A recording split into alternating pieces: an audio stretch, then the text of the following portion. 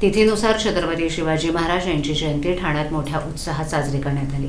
ठाण्यातील सर्वात जुना परिसर म्हणून ओळखल्या जाणाऱ्या भंडारळी येथील बाजारपेठ परिसरात सार्वजनिक शिवजयंती मंडळ भंडारीअळी यांच्या वतीनं हा उत्सव पार पडला। यावेळेला पवन कदम यांच्या नेतृत्वाखाली ठाण्यातील मुख्य बाजारपेठेत पारंपरिक वेशभूषा आणि पारंपरिक वाद्यांच्या नादात छत्रपती शिवाजी महाराजांच्या पालखीची भव्य मिरवणूक काढण्यात आली। ही शिवजयंती साजरी करण्याची परंपरा अनंत दिघे यांनी सुरू केली होती।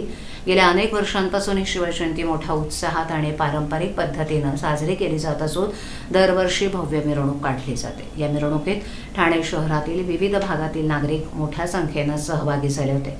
अशा मिरवणुकांमध्ये आपल्या संस्कृतीची आणि परंपरेची ओळख पुढील पिढीला होते, असं मत शिवसेना नगरसेवक आणि गटनेते पवन कदम यांनी यावेळेला माध्यमांशी बोलताना व्यक्त केले।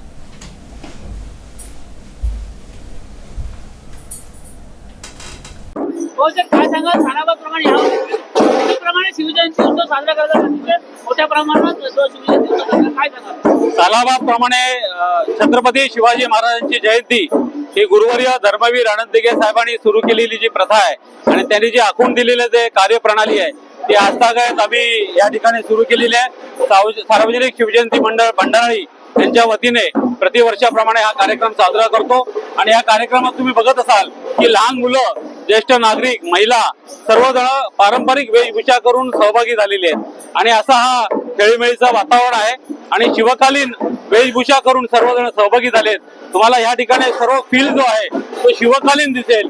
सर्व जे पारंपरिक वाद्य आहेत ते गेले अनेक वर्षानुवर्ष या कार्यक्रमानिमित्त येत असतात आणि त्यांचा सहभाग हा आपल्याकडे दरवर्षी होत असतो आणि मला खात्री आहे की ही जी परंपरा आहे आणि ही जी संस्कृती आहे ही जतन करण्याचं काम ह्या पुढील जे पिढी आपली ती अशीच चालू ठेवेल ह्याची मला खात्री आहे। धन्यवाद।